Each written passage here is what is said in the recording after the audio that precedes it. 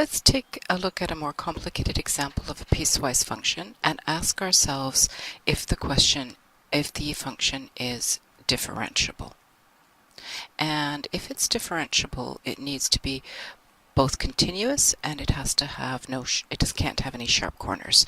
So I know we're going to have to look at the slope of the tangent line, and so I'm going to write that up here before we start.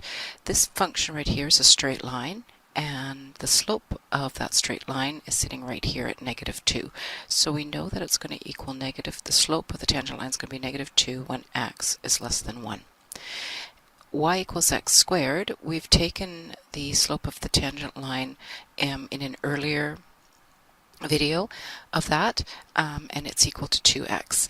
And this condition right here, some textbooks and some authors and math teachers like to express it with absolute value.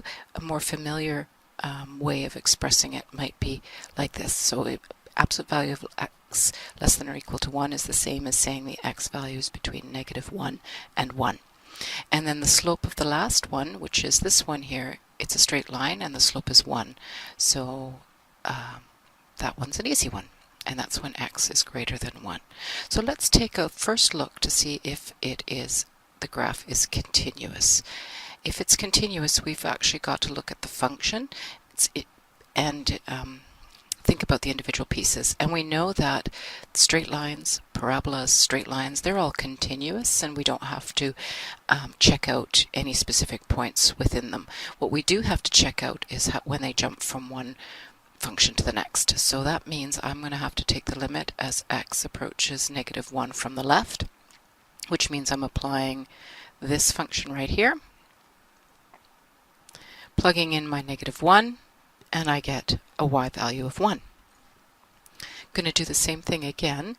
This time I'm going to take the limit as x approaches -1 from the right, which means I'm applying my x squared function, because I'm coming from the right of -1, which would be on this side of -1, plugging in -1, and I get 1, which means that because these limits are the same, it's continuous at x equals -1.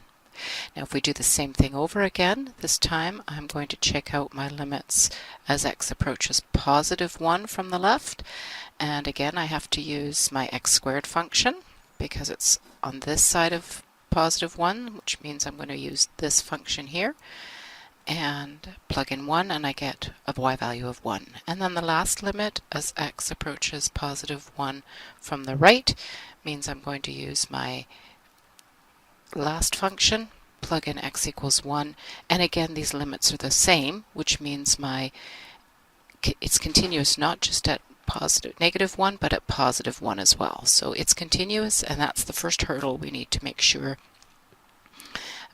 we have before we figure out is it differentiable.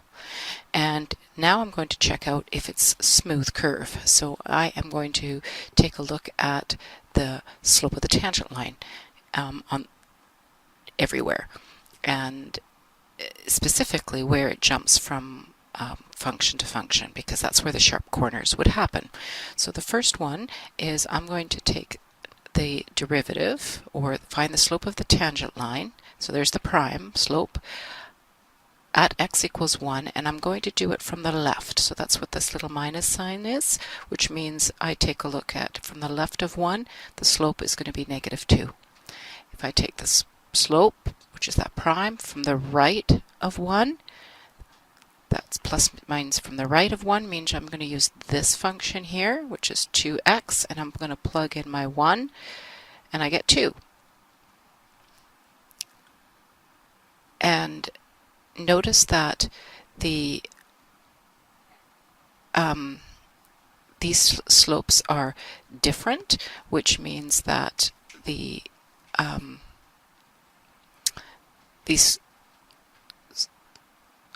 sorry, I just realized I made a mistake there. If I'm plugging in, let's try that again. I'm not going to redo the video, but I'm going to try it again. I'm going to erase. I was going from saying 1 and going to -1. So let's try that again. So the slope, the derivative from the left of -1.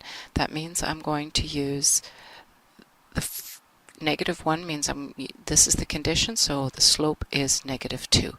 Now, the slope from the right, that's what the positive means. So the slope is the prime. From the right of -1 means I've got to use this function, which is 2x. And when I plug in -1, I get -2.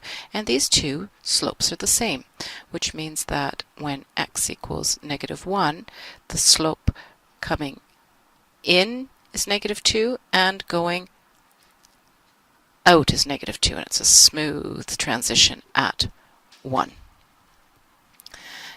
What about the other place where the function jumps from one piece to another? And so in this case it would be the derivative to the left of 1. Now I'm going to use the 2x again, plug in my 1. That's what I was doing earlier and got kind of mixed up. I get a 2, and then the derivative from the right of 1 means I'm going to be using this derivative because it's to the right of 1, and that these are not the same, which means that the slope is 2 first, and then so if I draw at x equals 1, the slope is 2, and then it becomes more shallower after 1. So that means that there is a sharp corner. So is it differentiable? Everywhere except at x equals 1.